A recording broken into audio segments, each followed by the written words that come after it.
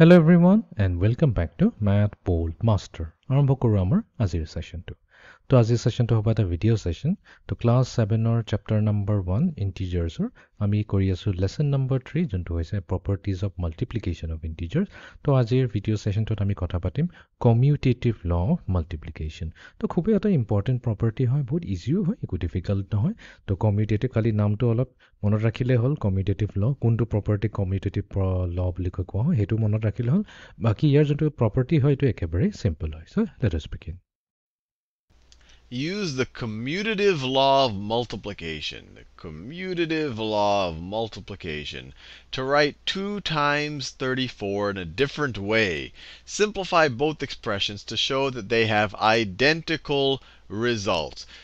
তো ইয়াতে আমাক এটা প্ৰবলেম এটা দিছে। ইয়াতে দিছে 2 multiplied to 34।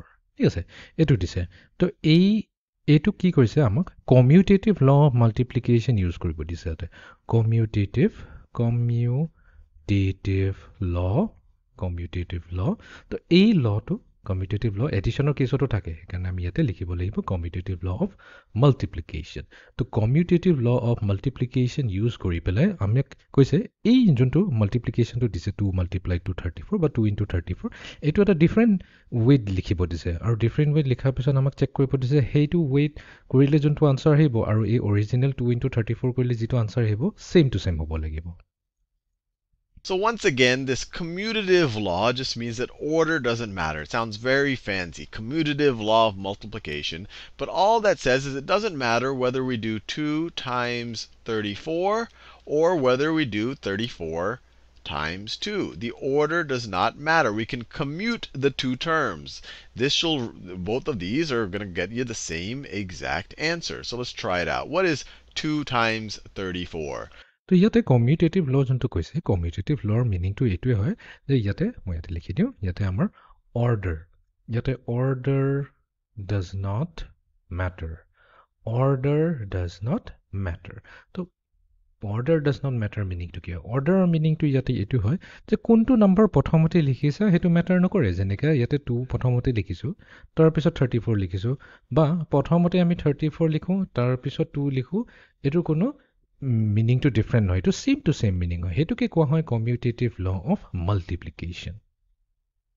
And we could write it like this, literally. You'll almost never see it written like this, but it is literally 2 times 34. Almost always people write the larger digit on top, or the digit with more digits, or the number with more digits on top.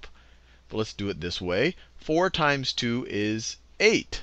And then we'll put a 0. 3 times 2 is 6. Or you could view it as 30 times 2 is 60. Add them together.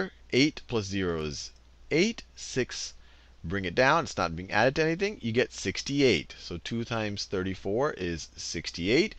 তো এতিয়া first মাল্টিপ্লিকেশ্যনটো আমি কৰোঁ। First multiplication আছে 2 times 34। তো প্ৰথমতে 2 লিখিব লাগিব, তাৰপিছত 34 লিখিব লাগিব। আমি ইউজুৱেলি কি কৰোঁ, আমি সদায় ডাঙৰ নম্বৰটো ওপৰত লিখোঁ, সৰু নম্বৰটো তলত লিখোঁ। বাট আমি এনেকুৱাকো মাল্টিপ্লাই কৰিব পাৰোঁ, কোনো প্ৰব্লেম নাই। আমি প্ৰথমতে কি কৰিম, 4 আৰু 2ক মাল্টিপ্লাই কৰিম। 4 2 যা 8 হৈ গ'ল।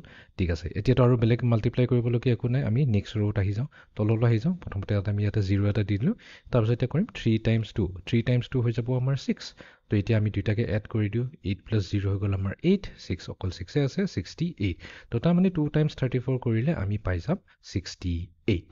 ঠিক তেনেকৈ 34 times 2 আমি কৰি ল'ব পাৰোঁ। এতিয়া 34 times 2 যদি কৰোঁ, এইখিনিতো আমি ভালকৈ কৰিব পাৰিম। 2 4 যা 8, 2 3 যা 6, সেম টু সেম আনচাৰ পাই আছোঁ।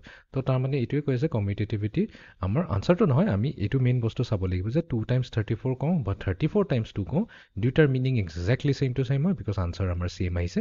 সেইটোকে কোৱা হয় কমিউটেটিভ ল অফ মাল্টিপ্লিকেশ্যন, য'ত আমাৰ অৰ্ডাৰ মেটাৰ নকৰে। Now, if you do 34 times 2, if we were to do 34 times 2, 2 times 4 is 8. 2 times 3 is 6. That's why it's always nicer to write the number with more digits on top.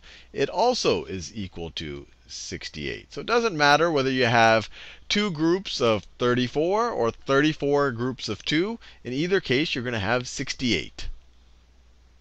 আৰু আমি যদি গ্ৰুপিঙৰ কেছত চাওঁ তো তাৰমানে কি প্ৰথমটো যদি আমি গ্ৰুপ বুলি কওঁ দুটা গ্ৰুপ আছে আৰু ইচ গ্ৰুপত আমাৰ কিমানটা আছে 34টা কিবা আছে মাৰ্বলছে ধৰি লওক দুটা গ্ৰুপ আছে ইচ গ্ৰুপত আমাৰ 34টা বলছ আছে বা মাৰ্বলছ আছে আৰু ছেকেণ্ড কেছটো যদি চাওঁ 34 টাইমছ 2 মানে কি হ'ব আমাৰ তাত টোটেল 34টা গ্ৰুপছ আছে ডিফাৰেণ্ট বক্স আছে ধৰি ল'লে হ'ল 34টা ডিফাৰেণ্ট বক্স আছে ইচ বক্সত আমাৰ দুটাকৈ বলছ আছে তো ছেইম কথাটো এইটো ওপৰতো ক'ব পাৰোঁ দুটা ডাঙৰ বক্স আছে ইচ বক্সত আমাৰ 34 বলছ আছে সেইটোও দিব আমাক 68 আৰু 34 বক্স লৈ পেলাই দুটা ইচ বক্সত যদি দুটাকৈ ৰাখোঁ তেতিয়াও আমি টোটেল 68 পাম তো এইটোকে কোৱা হয় কমিউটেটিভ ল অফ মাল্টিপ্লিকেশ্যন তো এইটো আছিল আমাৰ আজিৰ ছেশ্যনটো see you in the next session thank U